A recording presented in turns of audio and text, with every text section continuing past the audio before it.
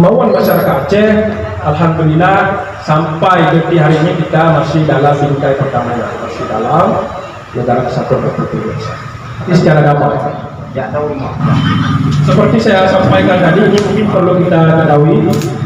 Yang pertama, MOU dalam ranah hukum ini, seperti saya sebutkan, ada di era Presiden Soeharto. Pada saat itu konflik tahun 98 sampai 99, kemudian dilanjutkan era Presiden B.J. Habibie, rentang waktu tahun 2001 sampai 2004.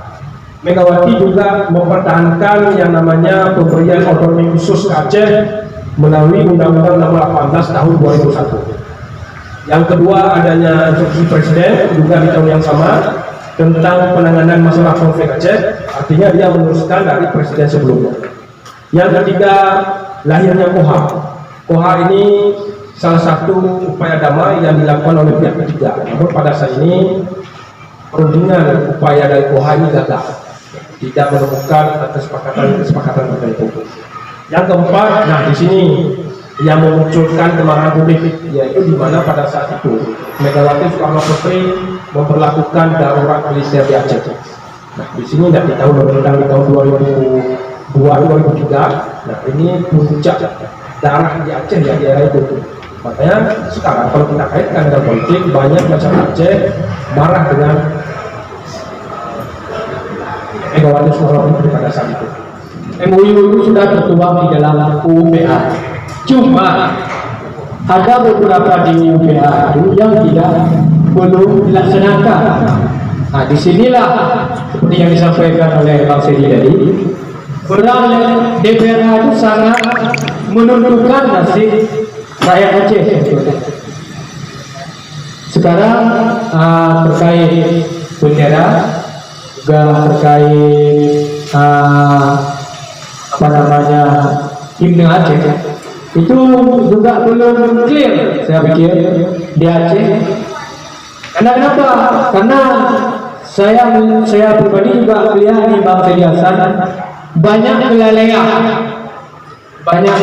orang kita. Yang pertama, lalai wajah, yang kedua lalai memproyek, sehingga yang harus kita perjuangkan lupa. Karena kita sudah banyak ketakutannya sekarang. Nih Bang Senior, bang saya dari KPA, itu menurut pelayan saya, karena sudah banyak gila jabatan. Orang-orang kita semua sudah punya jabatan, ini nanti perjuangan sendiri. Tapi kita memohon kepada Allah semoga kita dibuka kemudahan jalan sesuai dengan keinginan dan hatinya rakyat Aceh. Dan kami juga melihat yang bahwa tidak ada satu orang Aceh pun yang tidak sepakat dengan perjuangan ini. Itu kesimpulannya. Dan KPA, PA, pun ulang panah untuk berjuang dan memperjuangkan nasib rakyat, tetapi hantu pernah adik-adik generasi muda milenial yang lagi nyoba apresiasi dari kamu KPA, PA Aceh Selatan dan khususnya yang di Pulau Raya. Setelah lahir MOU, tentu ada kesepahaman, yaitu perjanjian antara RI dan GAP. Sangat kamu harapkan sebagai generasi penerus di bangsa Aceh, nyo tanggung jawab udang rod, nyo beban udang rod. Apabila Aceh nyo ingin berdanyo pun pengkot dari yang keawai ataupun dari yang jinonyo, nyo dipundakkanlah turun rod. Kamu nyo yang Tuhan kalian buat kamu buat lah berkah. Istilahnya kalian mau buat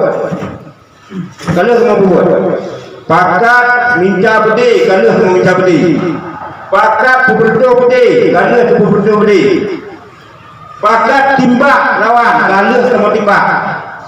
Nah malah saudara-saudara baik dari GAM maupun dari masyarakat Aceh yang jadi korban oleh perang yang kedua. Nah, ulunnya hanale payah kami tabedi. Hana payah kami tak akapit 5 akapit 6 atau 16 esa. Nyo mantum napa adik-adik kamu bedi nyo ulunnya. Ulunnya sama-sama tersetua yang bahwa pemerintahan RI dan GAM-nya kadamai. Lagi yang dipaparkan oleh adinda kamu siapa guna. Jadi dalam perdamaiannya tentulah melahirkan poin demi poin, kepentingan demi kepentingan, baik itu RI maupun GAM, yang mantul tertuang di dalam MOU ataupun di dalam naskah nota kesepahaman damai antara RI dan Gerakan Aceh Merdeka. Jadi uronyo yang nyokuh, yang jin ke tersendak-sendak, yang jin ke musantok-santok untuk kapujak di Aceh. Sesuai lagi yang dibuka oleh adinda kamu Soedi Buno, nyo pan mandum na payung hukum di. Karena pakon yang dikatakan perjanjiannya nyo yang kita buat, tetapi dibatasi oleh kepentingan pusat. Karena akui ngon hana tak akui uronyo pusat dan daerah-daerah lain hana ikhlas mengecek, hana ikhlas mengecek. Marilah dengan ikhlas, dengan tulus, tapi ke bangsa Aceh, ke nangro danyo, nangro Aceh nyo dasar karena dipegot oleh ulun rinci danyo.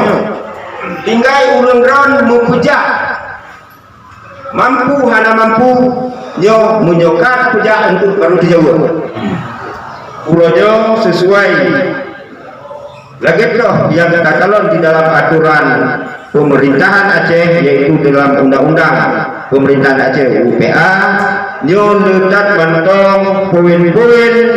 Yang pertama golong dituangkan, yang kedua yang sudah dituangkan tidak diimplementasikan. Ada apa? Nyo pertanyaan Pak Sepanjalan. Ada apa yang sudah diundang-undangkan, yang sudah dituangkan dan disahkan oleh legislatif dan eksekutif Aceh, tetapi tidak bisa dilaksanakan implementasinya di Aceh ataupun di masyarakat. Salah satu perkara lagi dipegang oleh adinda kamu Buno, perkara bendera. Dan perkara-perkara lain menanti pembagian hasil demikian, hasil alam 70 tok. Coba nyo sama-sama sebagai bahan ni pak katanya Pak Mandum, ketika anda mungkin dan umpok anggota DPRA dan umpok dengan mungkin urung-urung Aceh yang patut dapat hainyo yang patut katanya, coba tanya bukan tanya Pak Mandum, karena menyanyo hana terlaksana nyo saban cip katanya nyo lagi jamun indatu katanya jamun wate kepegot perjanjian lamtih di Aceh Rayu. Jadi ya, perjanjian lamtih jadi lagi nyo, tetapi itu tipe urun cikanya bangsa Aceh. Perjanjian Helsinki menyonyo jantung tipe. Ya Allah alam bin sawab, apa yang akan terjadi di bumi Aceh. Apresiasi luar terhadap panitia bahwasanya acara-acara Meno adalah hal yang sangat penting untuk terus kita lakukan secara konsisten dan kontinu, agar penting sekali bahwa keacehan ini selalu terpupuk di dalam hati membangun generasi muda.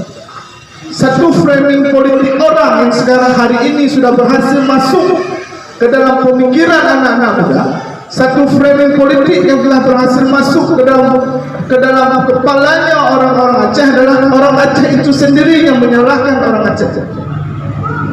Salah satu contoh, hari ini bersama-sama kita kena oleh Malik Mahmud.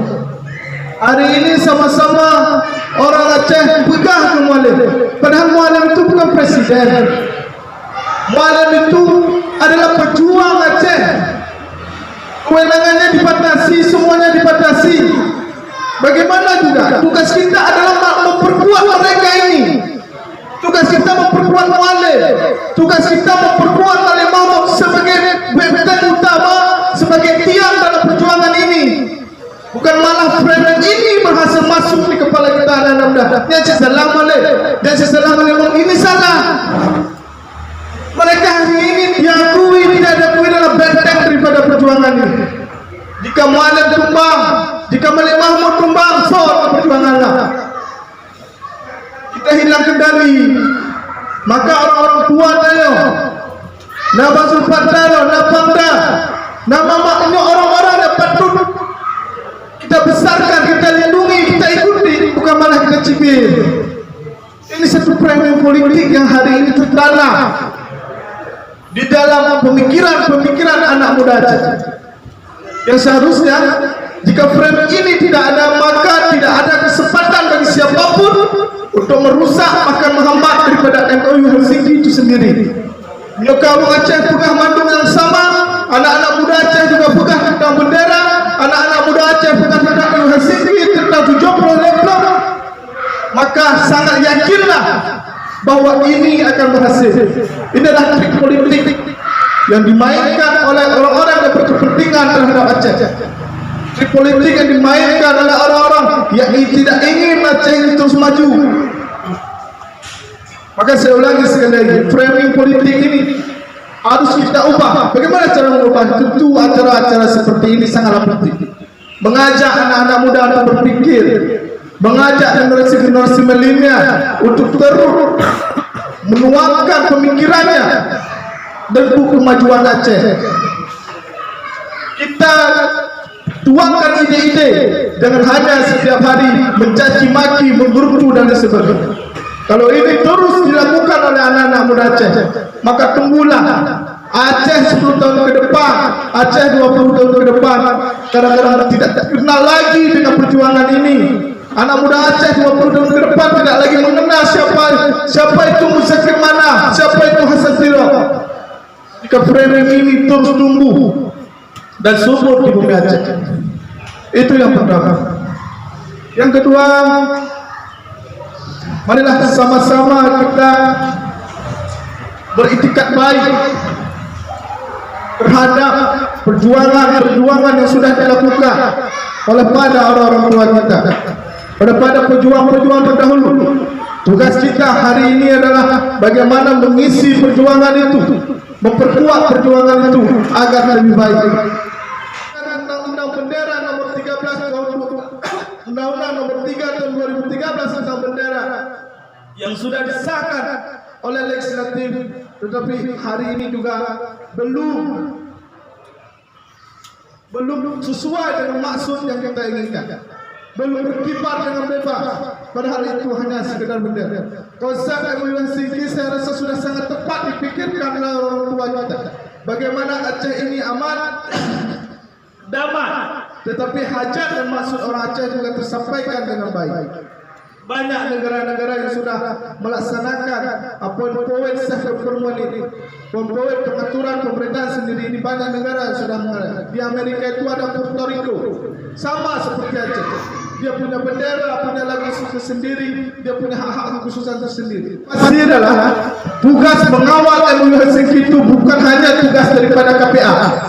Ini menjadi tugas kita bersama, tugas anak muda, tugas orang Aceh. Semua punya tugas mengawal ini agar perjanjian MOU Helsinki tidak terulang kembali seperti perjanjian Lamptey.